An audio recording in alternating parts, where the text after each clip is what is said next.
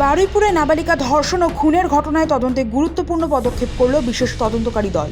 তদন্তে ফের অভিযুক্তদের সঙ্গে নিয়ে ঘটনার পুনর্নির্মাণ করল পুলিশ।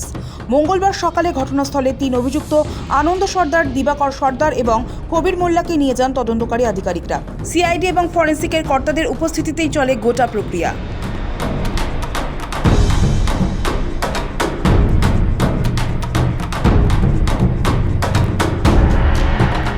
এর আগে এই ঘটনার পুনর্নির্মাণ করার সময় পুলিশের এনকাউন্টারে মৃত্যু হয় অন্যতম অভিযুক্ত প্রভাস মণ্ডলের। এর মধ্যেই এদিন 3 অভিযুক্তকে ঘটনাস্থলে নিয়ে যান তদন্তকারীরা। আধিকারিকদের কথায় তদন্তের স্বার্থে এই পুনর্নির্মাণ অত্যন্ত গুরুত্বপূর্ণ।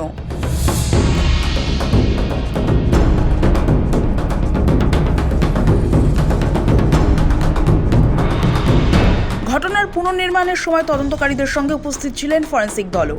তারা ঘটনাস্থল ঘুরে দেখে প্রয়োজনীয় নমুনা সংগ্রহ করেছেন।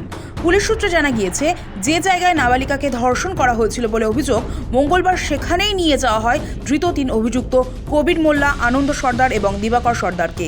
তদন্তকারীরা তাদের উপস্থিতিতে ঘটনার প্রতিটি ধাপ খতিয়ে দেখেন এবং কিভাবে ঘটনাটি ঘটেছিল বলে অভিযোগ তা পুনর্নির্মাণের চেষ্টা করেন। এই প্রক্রিয়ার সময় 2 জন সাক্ষীকেও উপস্থিত রাখা হয়েছিল, যাতে তদন্তের প্রতিটি ধাপ আইন অনুযায়ী সম্পন্ন করা যায়। এই ঘটনাকে ঘিরে আগেও একবার পুনর্নির্মাণের চেষ্টা হয়েছিল। গত মঙ্গলবার রাতে একই উদ্দেশ্যে অভিযুক্ত প্রভাস মণ্ডলকে ঘটনাস্থলে নিয়ে গিয়েছিল পুলিশ, কিন্তু সেই সময়ই ঘটে নাটকীয় ঘটনা। পুলিশের দাবি, ঘটনাস্থলে গিয়ে প্রভাস এক তদন্তকারী আধিকারিকের সরকারি আগ্নেয়াস্ত্র ছিনিয়ে পালানোর চেষ্টা করে। অভিযোগ, সে একটি গুলিও চালায়। এরপর আত্মরক্ষার্থে পাল্টা গুলি চালায় পুলিশ।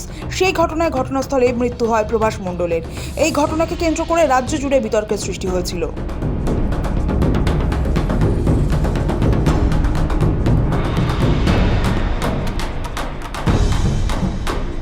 সেই ঘটনার ঠিক 1 সপ্তাহ পর ফের একই জায়গায় গিয়ে বাকি 3 অভিযুক্তকে নিয়ে ঘটনার পুনর্নির্মাণ করল বিশেষ তদন্তকারী দল। তদন্তকারীদের দাবি, ঘটনার প্রতিটি দিক নিরপেক্ষভাবে যাচাই করতে এবং প্রমাণ সংগ্রহে কোনো ফাঁক না রাখতে এই পদক্ষেপ করা হয়েছে। ফরেন্সিক বিশেষজ্ঞরাও বিভিন্ন নমুনা সংগ্রহ করে পরীক্ষার জন্য পাঠিয়েছেন। সেই পরীক্ষার রিপোর্ট তদন্তে গুরুত্বপূর্ণ ভূমিকা নিতে পারে বলে মনে করা হচ্ছে।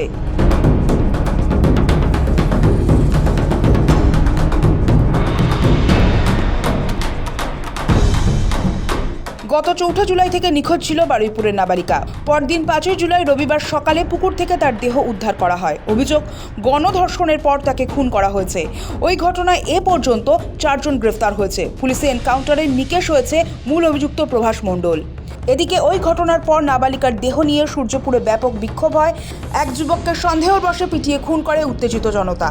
গত মঙ্গলবার মুখ্যমন্ত্রী শুভেন্দু অধিকারী বারুইপুরে গিয়ে জানান, গণপিটুনিতে যার মৃত্যু হয়েছে তিনি নির্দোষ ছিলেন। দোষীদের কঠোর শাস্তির আশ্বাসও দিয়েছিলেন শুভেন্দু। গত শনিবার বারুইপুরে গিয়ে নির্যাতিতার পরিবারের সঙ্গে দেখা করেছিলেন মুখ্যমন্ত্রী শুভেন্দু অধিকারী। পরিবারের সদস্যদের সঙ্গে কথা বলার পর তিনি জানিয়েছিলেন, গোটা তদন্ত তার প্রত্যক্ষ নজরদারিতেই চলবে। এই মামলার তদন্ত এমনভাবে করা হবে যা ভবিষ্যতে দৃষ্টান্ত হয়ে থাকবে বলেও তিনি আশ্বাস দেন। কাস্টডি ট্রায়াল হবে এবং কনভিকশনের এক্সিকিউশন এটা কমপ্লিটলি মুখ্যমন্ত্রীর মনিটরিং এ হবে। একটা দৃষ্টান্তমূলক নজির আমরা এই কেসে রাখবো এবং গভর্নমেন্টের পক্ষ থেকে কিছু দায়িত্ব ছিল, এটা আমি বলবো না, গভর্নমেন্টের কিছু অ্যাসিস্ট্যান্সের বিষয় থাকে যদি ফ্যামিলি রাজি থাকে। ফ্যামিলি রাজি ছিল, আমরা গভর্নমেন্ট পাশে দাঁড়িয়েছি। কিভাবে পাশে দাঁড়িয়েছি, ফ্যামিলি যখন দরকার হবে বলবে, আমি বলবো না। বার্ধক্য ভাতা, মায়ের অন্নপূর্ণা দুটোই ডিএম সাহেব চালু করে দিয়েছে। আমরা এই পরিবারের দায়িত্ব নিয়েছি। ইন্দ্রজিৎকে আমরা ফিরিয়ে দিতে পারবো না। ইন্দ্রজিতের প্রত্যেকটা খুনি সমানভাবে ওই একরত্তি ছোট্ট কন্যার খুনিরা, শারীরিক নির্যাতনকারীরা যেভাবে আমি কথা দিয়েছি কাস্টডি ট্রায়াল হবে, ইন্দ্রজিতের খুনিদেরও তাদেরও খুব চূড়ান্ত চরম ভারতীয় ন্যায় সংহিতাতে যে শাস্তি আছে পাবে। পুলিশ সূত্রে জানা গিয়েছে, এই ঘটনার জেরে মোট 4টি পৃথক মামলা দায়ের করা হয়েছে। প্রথম মামলাটি নাবালিকাকে ধর্ষণ ও খুনের অভিযোগে, দ্বিতীয় মামলাটি প্রতিবাদ বিক্ষোভ চলাকালীন গণপিটুনিতে ইন্দ্রজিৎ মণ্ডলের মৃত্যুকে কেন্দ্র করে, তৃতীয় মামলায় পুলিশের উপর হামলা, রাস্তা অবরোধ এবং সরকারি গাড়ি ভাঙচুরের অভিযোগ অন্তর্ভুক্ত করা হয়েছে। চতুর্থ মামলাটি রেল অবরোধ এবং রেলের সম্পত্তি নষ্ট করার অভিযোগে দায়ের হয়েছে। তদন্তকারী সংস্থার দাবি, 4টি মামলার প্রতিটি দিক আলাদাভাবে খতিয়ে দেখা হচ্ছে। প্রত্যক্ষদর্শীদের বয়ান, ফরেন্সিক রিপোর্ট, ঘটনাস্থল থেকে উদ্ধার হওয়া নমুনা এবং অন্যান্য প্রমাণের ভিত্তিতে তদন্ত এগিয়ে নিয়ে যাওয়া হচ্ছে। এখন ফরেন্সিক পরীক্ষার ফলাফল এবং পুনর্নির্মাণের সময় পাওয়া তথ্য তদন্তে কতটা গুরুত্বপূর্ণ হয়ে ওঠে সেদিকেই নজর রয়েছে। সৌভিক সান্যাল ও জাহেদ মিস্ত্রির রিপোর্ট, সময় কলকাতা।